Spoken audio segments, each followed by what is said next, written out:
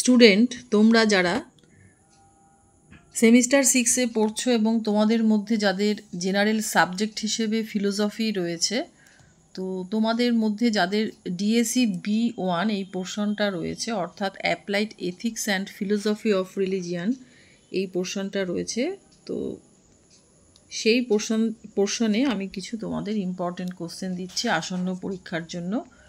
তো 15 মার্কসের যে কোশ্চেনগুলি রয়েছে, দেখো, নাম্বার 1-এ রয়েছে ঈশ্বরের অস্তিত্বের সপক্ষে লক্ষণভিত্তিক যুক্তিটি সবিচার ব্যাখ্যা করো।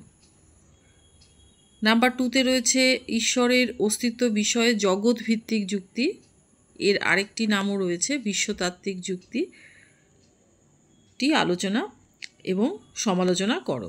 নাম্বার 3-তে রয়েছে ঈশ্বরের অস্তিত্বের বিপক্ষে ফ্রয়েডীয় মতবাদ আলোচনা করো, মতবাদটি গ্রহণযোগ্য কিনা যুক্তিসহ উত্তর দাও। এই যে 3টি কোশ্চেন আমি দিয়েছি, 3টি কোশ্চেনের মধ্যে প্রথম যে দুটো কোশ্চেন রয়েছে, দুটো কোশ্চেন তোমরা খুব ভালো করে পড়বে, দুটোর মধ্যে একটা আসবেই। আর নাম্বার 3-র কোশ্চেনটাও খুবই আসার সম্ভাবনা আছে। নাম্বার 4, সক্রিয় ও নিষ্ক্রিয় করুণা হত্যার মধ্যে পার্থক্য কী? এ প্রসঙ্গে জেমস র্যাচেলের মতটি ব্যাখ্যা করো। এই কোশ্চেনটাও ইম্পর্টেন্ট। নাম্বার 5, করুণা হত্যার সপক্ষে ও বিপক্ষে যুক্তি দাও। নাম্বার 6, বাস্তু সংস্থান কাকে বলে? গভীর ও অগভীর বাস্তু সংস্থানের মধ্যে পার্থক্য কী? এটাও খুব ভালো করে পড়বে। নাম্বার 7-এ রয়েছে দারিদ্র্য প্রসঙ্গে প্রাচুর্য ও নৈতিকতার ভূমিকা আলোচনা করো। নাম্বার 8-এ রয়েছে দারিদ্র্য কাকে বলে, প্রাচুর্য কাকে বলে? তুমি কি মনে করো যে ধনী দেশগুলির উচিত তাদের সম্পদের উদ্বৃত্ত দরিদ্র দেশগুলিকে দান করা? বক্তব্যের সমর্থনে যুক্তি দাও। নাম্বার 9, দুর্ভিক্ষের কারণগুলি আলোচনা করো।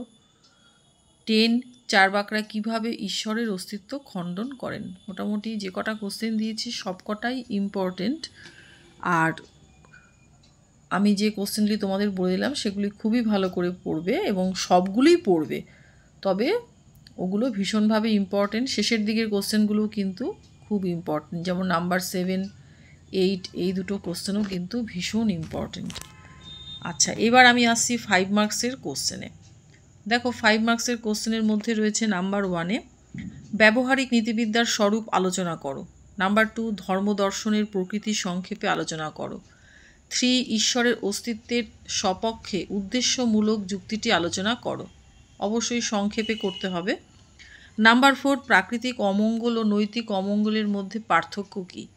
5, মানব কেন্দ্রিক, আমি এখানে ব্র্যাকেটে তোমাদের নৃকেন্দ্রিক লিখে দিয়েছি, কারণ অনেকেই বুঝতে পারবে না কোশ্চেন, হয়তো নৃকেন্দ্রিক পড়ে গেছো কিন্তু চলে আসলো মানব কেন্দ্রিক, তার জন্য আমি ব্র্যাকেটে নৃকেন্দ্রিক এই কথাটা রেখে দিয়েছি। ও অমানব কেন্দ্রিক পরিবেশগত নীতিবিদ্যার মধ্যে পার্থক্য কী? 6, জীবনের প্রতি শ্রদ্ধার ধারণাটি সংক্ষেপে আলোচনা করো। নাম্বার 7, ঈশ্বরের প্রতি অবিশ্বাসের সম্পর্কে দুর্খেইমের যুক্তিটি সংক্ষেপে আলোচনা করো।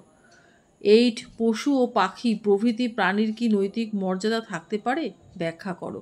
নাম্বার 9, উদাহরণসহ সক্রিয় ও নিষ্ক্রিয় কৃপাহত্যার পার্থক্য দেখাও। নাম্বার 10, আদর্শনিষ্ঠ নীতিবিদ্যা ও ব্যবহারিক নীতিবিদ্যার মধ্যে পার্থক্য কী? 11, আত্মহত্যার বিপক্ষে দুটি যুক্তি দাও। 12, আত্মহত্যার সপক্ষে হিউমের যুক্তি দাও। 13, সক্রিয় কৃপাহত্যা ও নিষ্ক্রিয় কৃপাহত্যার নৈতিক মূল্য কি এক? ব্যাখ্যা করো। 14, ঐচ্ছিক কৃপাহত্যার সমর্থনে যুক্তিগুলি সংক্ষেপে আলোচনা করো। 15, দরিদ্রদের সাহায্য করা বিত্তবানদের নৈতিক কর্তব্য, এই বক্তব্যের সমর্থনে দুটি যুক্তি দাও। এই কটা কোশ্চেন তোমরা খুব ভালো করে পড়ো, আশা করি তোমরা এখান থেকে সব কোশ্চেনই কমন পাবে।